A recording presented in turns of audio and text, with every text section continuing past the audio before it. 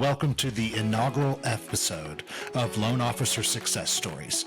I'm your host, Josh Blair, and with me today I have Kevin Blair from Element Home Loans. And yes, he is my father. I figured I'd bring him on first because he is the one that tells me all about success. I mean, when you talk about a successful loan officer, this is the man right here. This is the man you want to emulate. So I appreciate you being on. I appreciate you joining. Congratulations on your new show. You know, I'm excited. What I really want to do is I want to help people get excited about getting into the loan business. I agree. It's very rewarding. Mm-hmm. It can be stressful at times. I think we all know that. Just a little. But honestly, it's a lot of fun. It's a lot of fun. Josh, I can't imagine doing anything else. Yeah. I really can't. I mean, I've been doing this 25 years now. 25 years. So what happened 25 years ago that got you in the business? I lost a bet. Okay. No, I had, there was a transition period. As you know, I was in a completely different line of work for 20 years. Actually, it was like 19 years, 8 months, 3 weeks, and 6 hours, but I'm not counting. Who's counting? Yeah. And so I needed to transition. I needed to get out of that. And so I went to work for not a little company, it's a huge company based out of New York, but here in Cleveland, Tennessee. Worked for them for 2.5 years. And it really wasn't my cup of tea, but it got me out of being self-employed. Right.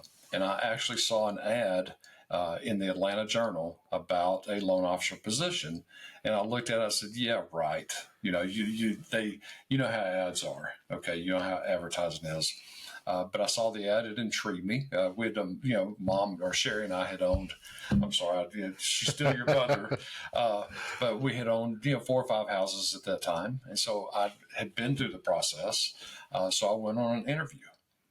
This guy, and he was about 13 years old that interviewed me, interviewed me, asked me some questions. And I said, that sounds pretty interesting.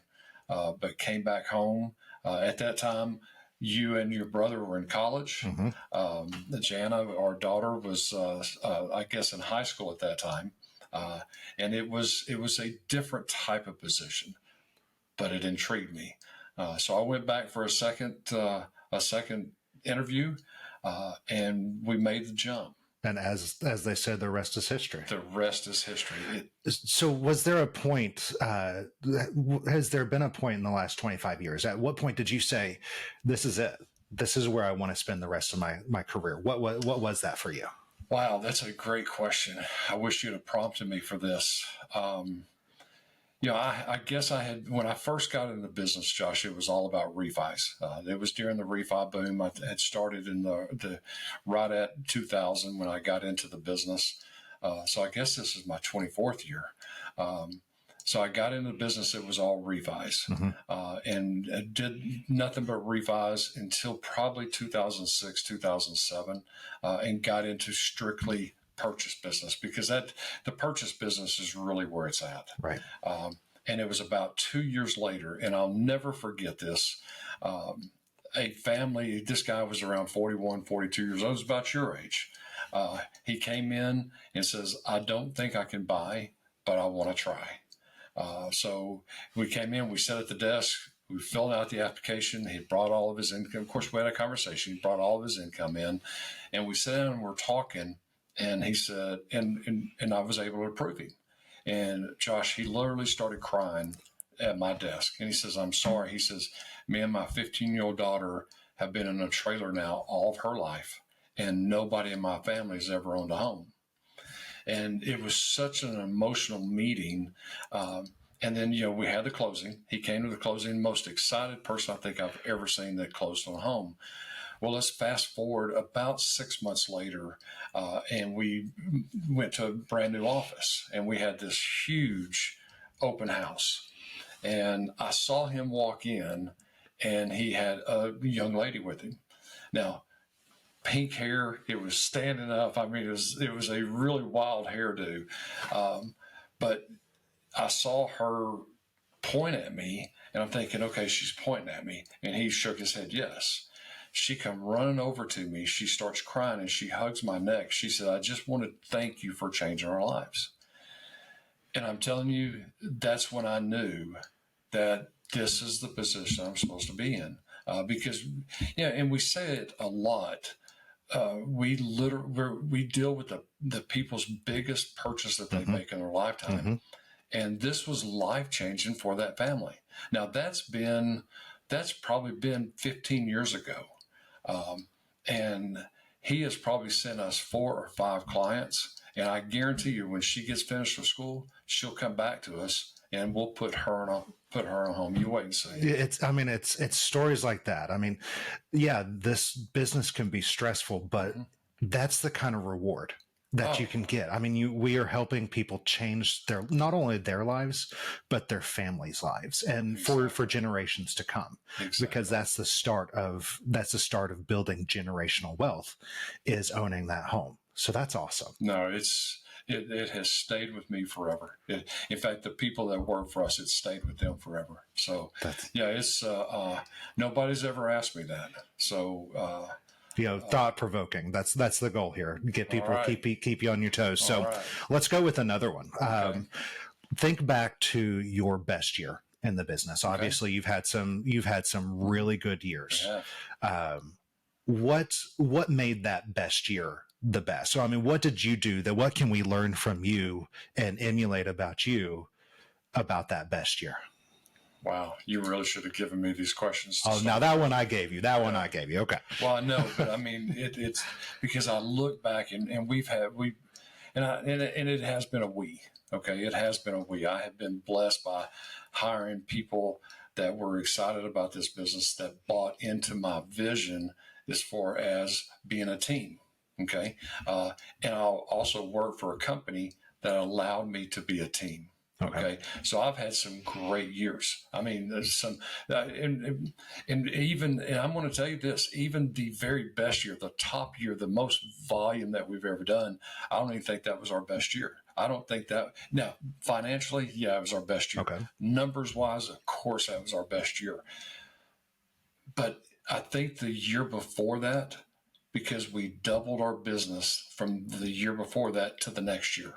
And then we increased about 25% the next year. Wow. So we had, in a 2-year period, we had a 75% increase. And I think that was some of our best work. And I will tell you, is because it was the who, not the how. Okay. And you know what book I'm reading right now. And it goes back to the basics of putting people in the position to do what they do best. And I'm going to say it again. I worked for a company that allowed me to have that type of vision, because your average loan officer out there is closing 2 to 3 loans a month. That's the national average across the board. Now, I could make a living closing 2 to 3 loans a month, but I'd be in this office by myself. And I don't want to be in an office by myself. I want to surround people that we can help change their lives. Yeah. Okay.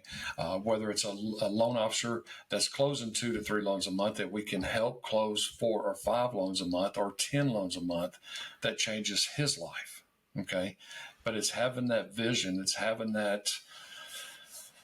support behind us to allow us to do that. So I think my very best year, I'm going to go back to 2022 when we doubled our business. Okay. So talk to me about that support system. What structure do you have? What sort of team do you have behind you? I have an LOA. We have a processor. An LOA is a loan officer assistant. Thank you. That allows me to go out and get new business. Okay. Yeah. I'm a great technician. I understand loan products. I get it. I can run, as we call it, DU or LP, and I can structure a loan and I can figure income. But is that the best use of my time? Right. Okay. So there again, and I say it, Element and the leaders at Element have allowed me to think beyond that, and has graciously helped me build a team. And I had a conversation, and I know you're asking me questions, and I like you're good. I like to talk. I had a conversation about 4 weeks ago, and we were getting ready to go to a conference and learning something new. All right, and mad respect for this man, and we're having this conversation, and he said, Kevin, he said, let me ask you some questions. He said, what did you do in 2020? And I told him. He said, what'd you do in 2021? And I told him. He said, 22 and 23. What did you do production-wise? And I gave him those numbers. He said, stay away from the conference. Now, this was his conference. Okay. Yeah. And we've been to several of them, and they're great conferences. Mm-hmm. He said, go back to doing what you were doing then. Okay. And that, honestly, for a single loan officer, that's what I was doing. I was building people to help build my team. Right. Okay. Now, as you know, I can never go away from that because right. I love closing loans. Yeah. Okay.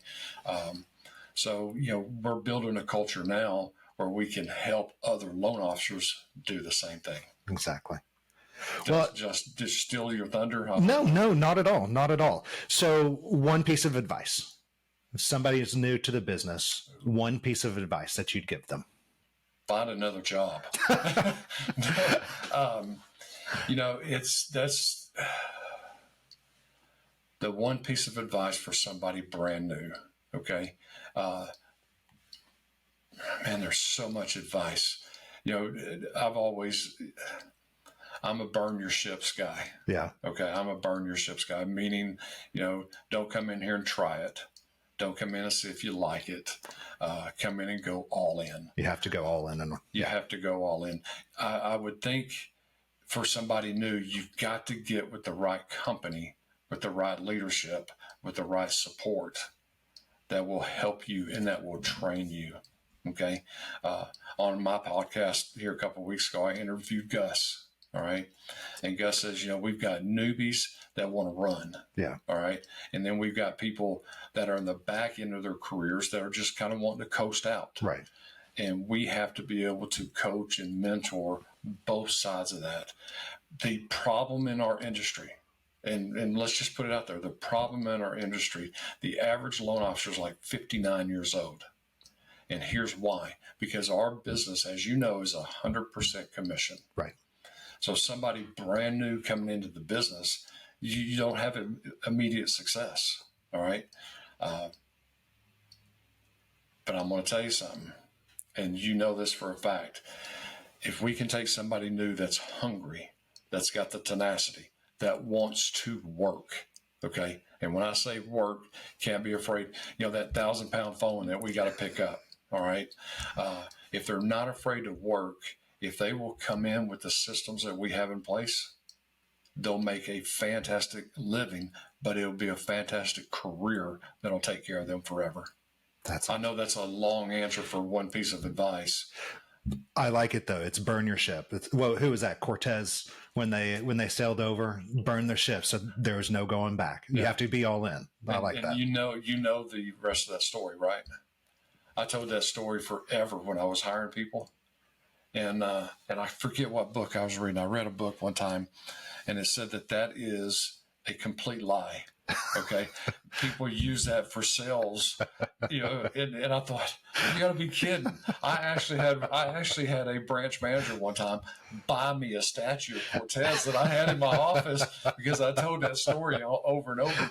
But yeah, that's not a true story. Well, okay. It's a great. You're not supposed to embarrass the person that's leading the podcast, okay? But it is a great story. It is a great about story. running your ships. All right, Kevin. Well, I appreciate it. Absolutely. Thank you so much. Been my inaugural guest here. I think we have a lot to learn from you. And guys, if you're looking at being a loan officer, getting into the mortgage business, stay tuned to this channel. Like it, subscribe to it. We're going to have a lot of people on here that have had a ton of success, and we want to take this journey with you so that you can be better. Be a student of success. That's our goal. Have a great day. Thanks, Josh. Thank you.